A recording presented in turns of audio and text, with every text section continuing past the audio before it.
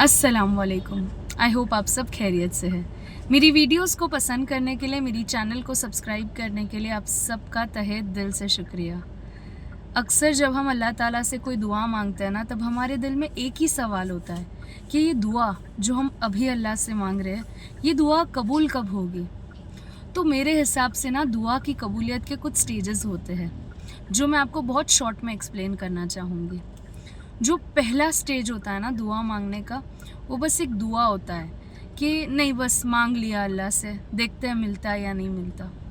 दूसरा जो स्टेज होता है ना, वो बेबसी का स्टेज होता है कि हम उस चीज़ के बिना रह ही नहीं सकते, हमें सुकून नहीं आता उसके बगैर, भले वो कोई भी चीज़ हो। पर जब हमारा वो मांगना रेगुलर हो जाता है ना, तो उस चीज़ की तड़प हमारे दिल में पैदा होने लगती है, और वो तड़प हमें उस चीज़ के करीब आने के लिए बहुत ज़्यादा मुतासिर करने लगती है। तो ये जो सेकंड स्टेज होता है ना, उसमें हम एकदम बेबसी में रो रो कर अल्लाह से मांगना शुरू कर देते हैं।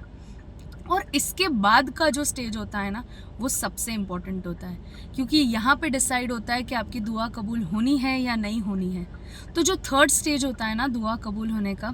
उससे पहले का जो स्टेज होता है ना, वो ये होता है कि या तो इंसान बेबसी की हालत में अल्लाह पे से यकीन हटा देता है, या तो इतना मुकम्मल हो जाता है कि जो बाहर जो भी हालात हो रहे हैं, जो आपको लगता है ना कि मेरी दुआ कबूल होने की पॉसिबिलिटी है या नहीं है, एनी फैक्टर, कोई भी चीज़ जो आपकी दुआ के आड़े आ रही है, उस चीज़ को नज़रअंदाज करके अल्लाह ताला पे यकीन कर लेना कि ये सब होने के बाद भी मुझे यकीन है कि मेरा अल्लाह मुझे वो चीज़ दे देगा। जब ये यकीन आपके अंदर पैदा हो जाता है ना, तो आपकी कबूलियत में ज़्यादा वक्त नहीं रहता, और ये समझ लेना चाहिए कि आपकी दुआ कबूल हो गई है। बट लेकिन अगर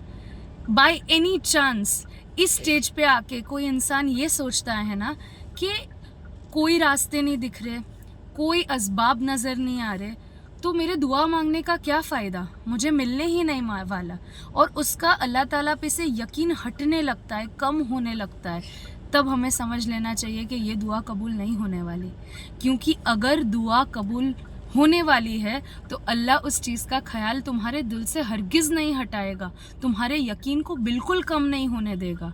तो ये जो 3 स्टेजेस होते हैं ना दुआ की कबूलियत के, ये बहुत ज़्यादा इम्पॉर्टेंट होते हैं। भले आप कोई भी चीज़ की दुआ मांगो, आपके अंदर एक मांगने का जज्बा आना, आपके अंदर दिल में तड़प पैदा होना, बेबसी पैदा होना उस चीज़ के लिए, कहते हैं ना एकदम